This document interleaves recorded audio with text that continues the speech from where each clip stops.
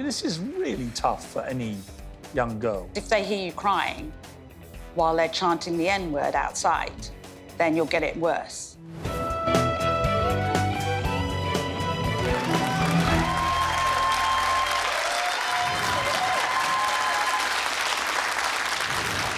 Trisha Goddard, you've been a TV presenter on 3 continents. You've hosted shows in Britain, Australia and America for over 30 years. You've had 40,000 guests. And now you're sitting here. And you're not in charge. I am. And I'm asking myself why.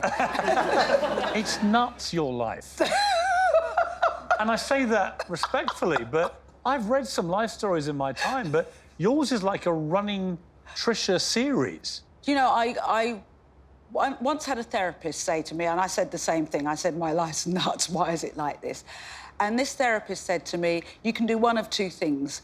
You can scuttle along in the shadows in the hedgerow and no one will see you and you'll be safe, or you can walk down the middle of the road feeling the sunshine with your head thrown back, but you're going to get hit by a lot of trucks. So... You took that option. Yeah, the trucks, yeah. So roll on, truck. You had all these guests, some of whom had, you know, terrible stories. Awful things happened to them. Were you able, because of your own experiences, which we're going to come to, some of them very tumultuous, did that give you a real empathy based on reality? You know, you'd been through a lot of similar stuff. Yeah, absolutely. I do feel and I do connect with people, and I hope that they connect with me. Now, I'm gonna admit something. Oh. I'm 55 years old. And I'm doing that because I'm about to ask you your age. So how old are you? 63. You're 8 years older than me. You look about 10 years younger than me. Oh. How do you look so youthful? What's that about? It's just me, sunblock. I think, well, you've got a 30-year-old and a 26-year-old. You know, when are you going to grow up? There's a lot of child in me, but I've always had a lot of energy and I enjoy being active. How rich has your career made you?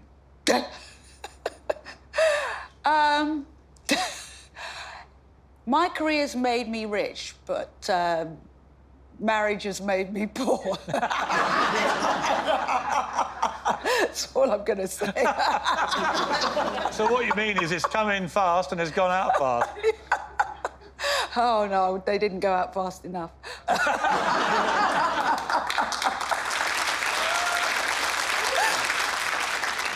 What are your extravagances? Shoes and clothes and cars. How many shoes did you own at the height of your shoe mania? Be honest. It's pretty bad now. I tell you, Imelda Marcos was a piker. How many have you got now? It'd be close to, I don't know, 700, 800 What? plus pairs, yeah. 700 pairs of shoes? Probably. Why?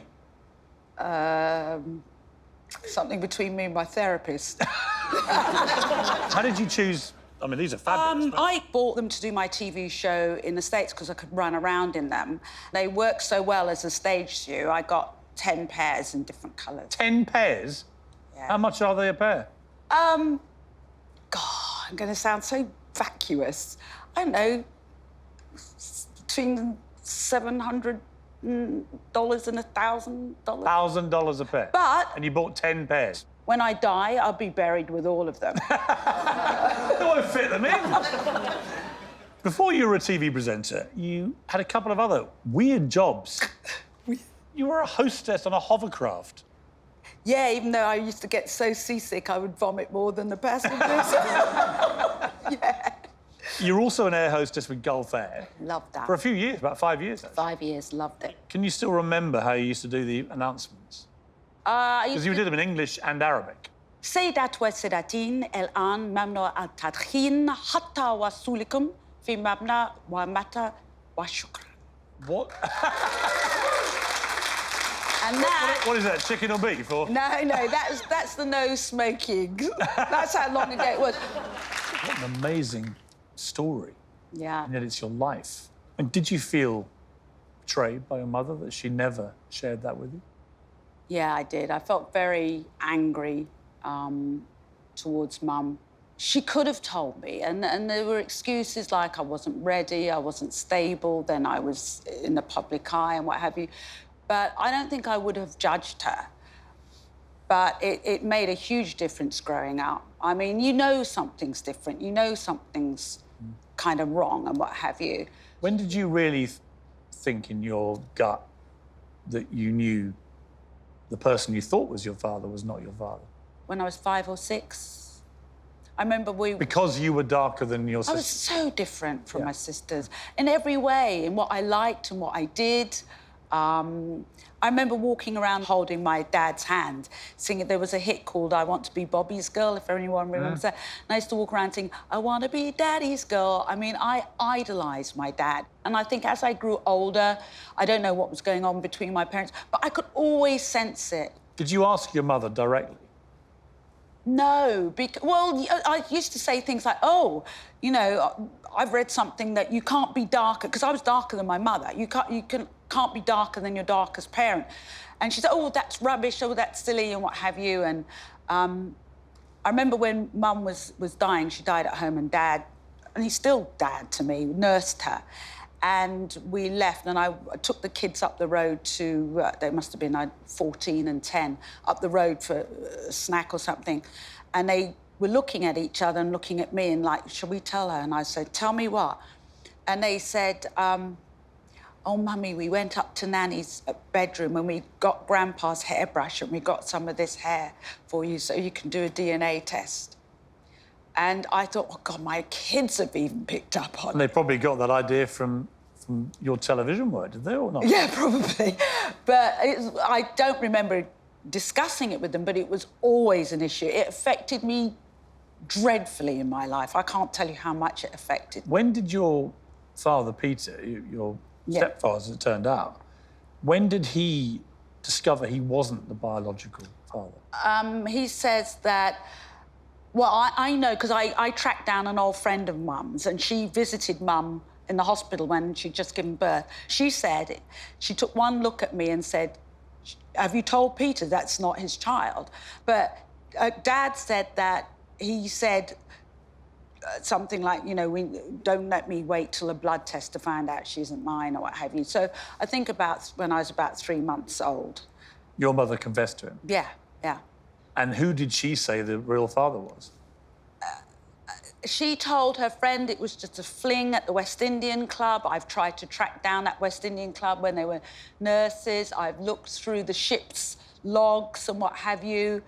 But I'd like to know from my health, like from where my cancer comes from. I've got, you know, health things like my eyes. I remember saying to Dad oh, my God, I look just like Mum. And he said, no, you don't. And I was like... And you know from you did an ancestry test. You know for a fact that neither of your parents were white. That's what it is. Yeah, I'd like to know more about where I come from. I'd like to look at people and think, oh, you know, why am I the only one who's like this, this and this? I'd love to know. It's one of those stories where if you were doing your show... I'd get my researchers and producers onto it like that. You'd be riveted. Dispatch people. Let's go back to where it all started. You were born Patricia Gloria Goddard in Hackney in 1957. Your mum, Agnes, had come over from Dominica in the Caribbean and trained as a nurse. You went through a pretty hellish time. You know, being called gollywog. And the N-word all the time. And the N-word all the time. All the time. And running the kind of gauntlet at school. I got really good at my primary school, going in the loo. What you do, you get toilet paper and you stuff it in your mouth so they don't hear you crying. Because if they hear you crying while they're chanting the N-word outside, then you'll get it worse. I mean, this is really tough for any young girl, wasn't it?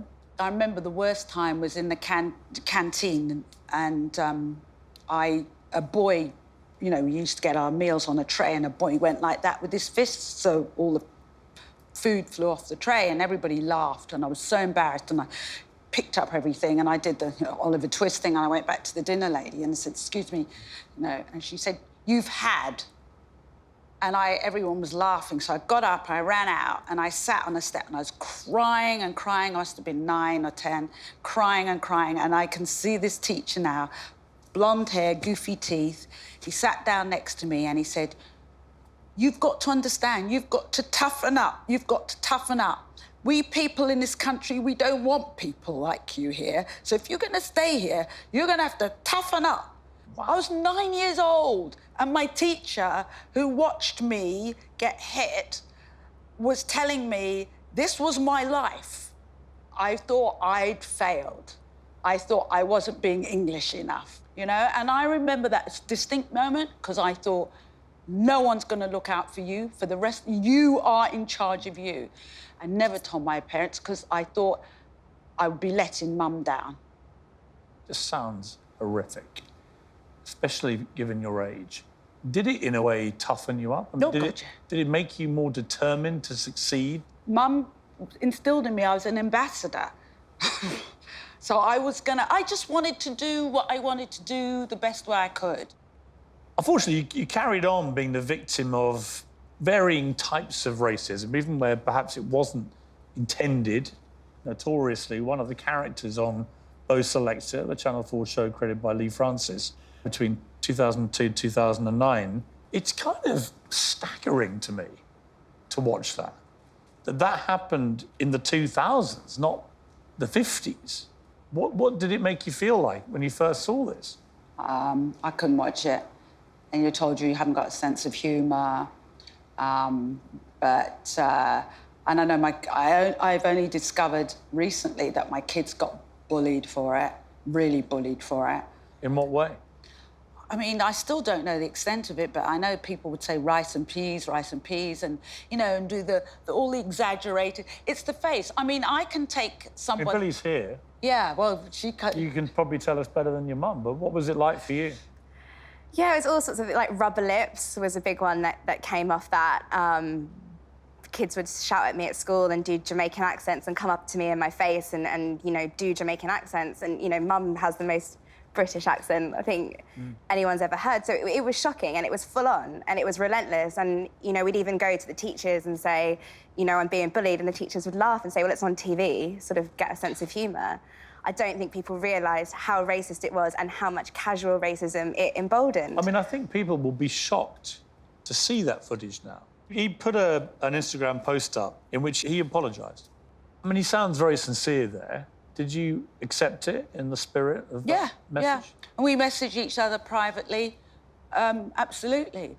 This Instagram post appeared in the papers, it gets on TV, people are talking about it, and unbelievably, this then sparks even more abuse to you than you probably had the first time round when all this was out. Way more. The nastiest, most evil Because now there's social media. Yeah. The fact you then get abused. I got abused, and I'm sure... You're the problem. And Lee got called, you know, grow a pair as well. For apologising. For apologising. When you see what crawls out of the woodwork, this country does have a problem. I mean, I don't think Britain is a racist country. No, I don't But I think it harbours a number of racist people. And it does bring them out, and they show themselves for what they are. You know, frankly, if they have a problem with your distress over that, they're the problem. Absolutely.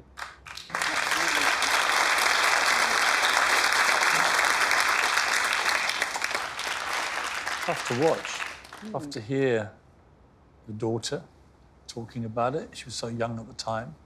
Felt like she'd lost her mum. Your friends thought they may lose you. Do you remember much about it? You know, when you have a breakdown, it sounds silly sitting here talking about it, but at the time it was just nothing. It was just nothingness. You tried to take your own life. How serious were you at that point? Everybody's serious. There's no such thing as a cry for help. Everybody's serious if you get to that stage. And to me, it was about just not wanting to be or feel that pain anymore. What brought me back is my baby needed breastfeeding. And there was a nurse there called Elaine. And Elaine, if you're watching this, you know you saved my life. Never mind about the psychiatrists. This one nurse. People were talking about taking my children away from me. And that would have been the end. And Elaine brought toys for Billy to play with. she allowed me to be a mum, and she watched and she told me I was a good mum. And that reminded me of my meaning, that I wasn't useless or hopeless. All the voices in my head that told me I was a failure. And this one nurse was the one who got through to me. Billy, you saw your mum at her worst. Now you can see her at her best. What's it been like for you, this journey? I'm so proud of Mum. I think especially when you live with someone day in, day out, and you actually see how hard Mum has always worked. I'm in awe. I think I was a bit resentful when I was growing up, but I think at this age, looking back and even seeing some of these clips up here now, I'm so proud. I've got tears in my eyes. Oh, yeah, you're incredible, and I think everyone knows that. Thank you, sweetheart. Your romantic life, to put it mildly, has been eventful. Tell me about your first husband, an Australian politician called Robert Nestdale. You met him on a plane. Yeah, oh, gosh. We always used to say, never date a passenger.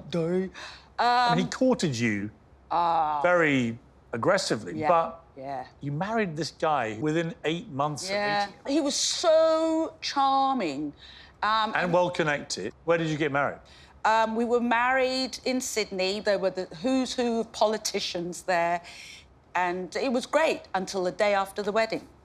What happened? He went back to Canberra. And was that the moment alarm bells began to ring a bit? It was the first ding. After that, yeah. He always used to say things to me like, I'm very tactile. So people, if anybody ever tells you I'm homosexual, it's just because I'm tactile. It didn't last very long. Thank God. The marriage. But then he died in 1989, and you had thought he'd had leukemia. He told me. But it turned out that he died of AIDS. Yeah. And although you had not much of a physical marriage, you had sex with him unprotected. Yeah. With a man who knew he was HIV positive. Yeah. I turned up at the hospital to do an HIV test. And you had a 3-week wait for the result. Do you remember when you got the negative? Oh, Jesus, yeah. Just before Christmas. Do you know how he got HIV? I mean, did you assume after all that maybe he'd been gay, but you think maybe he was leading a double life of some sort? Do you know what? I feel sorry for him. I actually ended up joining the Terence Higgins Trust. That you can't come out. If he'd said to me, people were guessing that I'm gay, if he'd told me, his life must have been hell.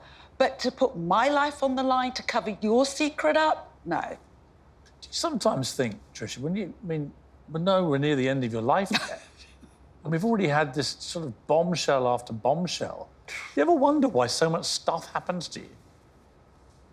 Yeah. Me and God have lots of chats about that. Mainly with me shouting why. So now you get hit with cancer. When you found out, what did it make you feel? Jesus. After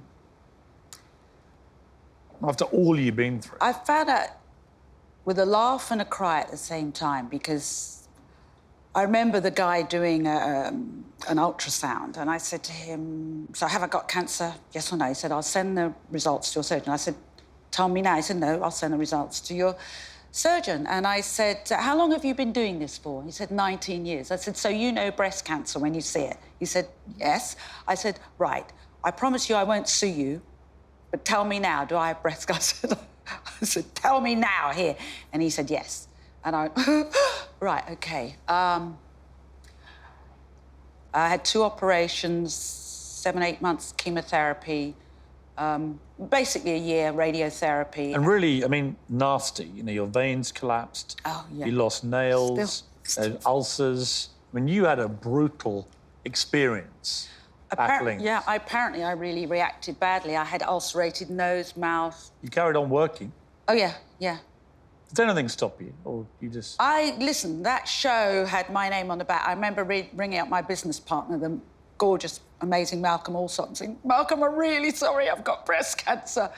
Only you would apologise. I know, but I said, I will keep going. I will, I promise, You get over cancer. You're cleared of it. September 2008, the treatment's over. You tell the press. Great moment, I should think. Yeah, it was. Although I never feel completely out of the woods because every year, because of the nature of my cancer, I have to go back every single year and be checked. And so You're never out of the woods with it? Not really. It's remission. You became this massive TV star in the UK. Was that a great feeling? Did you love that being, you know, a queen of TV here in the UK? I'm not queen of TV. Yeah, we were queen of time chat. You were. I don't feel... Because I was in Norwich, I feel like sort of minor princess of Norwich. Partridge came from Norwich. Come on. I know. In his film, actually in the film, he said, "I'm the greatest thing to come out of Norwich since Trisha." We were in the pictures watching that. I was like, ah, famous. You've been married 3 times. You're an incurable romantic, clearly. I just like wedding cake. Your last marriage broke down in 2017. Why was that? I think it was breaking down. I didn't... let me say by 2017 it was done and dusted, I think. That's when I chose to divorce him, and I told him the day before. This was your 3rd husband, Peter. Yeah. He met me not too long after my breakdown, and he came along a bit like a knight on a white charger, and he basically, I think, saved me. Are you difficult to be with? Of course I am. Your second husband, Mark, said in an interview a relationship was rated about 5 down on her list after her job, her Saab convertible, and her 2 cats. Somewhere down the bottom was me. I mean, is there an element of truth to that?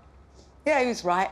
It seems to me you're very driven, you're very ambitious. You've been through a lot of traumatic stuff, which probably has made you, I would think, not the easiest person behind closed doors. I don't know, but I'm just... Am I Billy? You better ask her. Well, we'll come to Billy in a moment. She's nodding furiously. Are you romantic? No. Not at all? No. You know, flowers and chocolates, kind of... Oh, God, no. Waste of money. No. Rose petal baths. No, ugh. I like to kayak, canoe, hike, run. I'm a tomboy. I'm a tomboy. I wouldn't say you're a tough person to your detriment, but because you've made yourself tough, you're talking about stuff that might make people emotional, and yet you haven't shed a tear. What does make you cry? What makes you emotional? Like, I'm going to tell you so you can make me cry. While you were single, when you were on the dating scene, a lot of partying, clubbing, you dated 3 men at once? I had one boyfriend who was like a party animal, one boyfriend who had a brain, one boyfriend, you know, and so I Did one for each part of the... Yeah. Did they know about each other? Yeah, they did. Were you actually having 3 physical relationships? No, 2. And how did you find that when you were back on the single market after your 3rd marriage ended? Oh. What was that? I mean, that must have been a very different experience. Sorry, Piers, I've got to say this, but why is it that men of 50+ put such lying pictures? They honestly... and they come out... You guys, you've been married for 100 years... Let me tell you, I don't. Well, no. All my Tinder pictures are the real me. No filters. No, but these guys have been married forever, they get divorced, and they pick up the dating habits they had while they were at college. I'm sorry, you do not look like a college jock anymore. Did you start to worry that this was going to be your life? No. Endless, awful dates with dreadful men in their 50s with fake pictures? No, I was quite prepared to stay single. I really was. How many times would you say you've been properly in love in your life? Besides my kids? Yeah, That's I 2. mean with men. Where I felt vulnerable and can let my guard down 100%, I'd say probably properly, deeply in love, once. Once? And that's now? Yeah. You've answered the question anyway. Yeah, Once. yeah. And we're going to come to the one.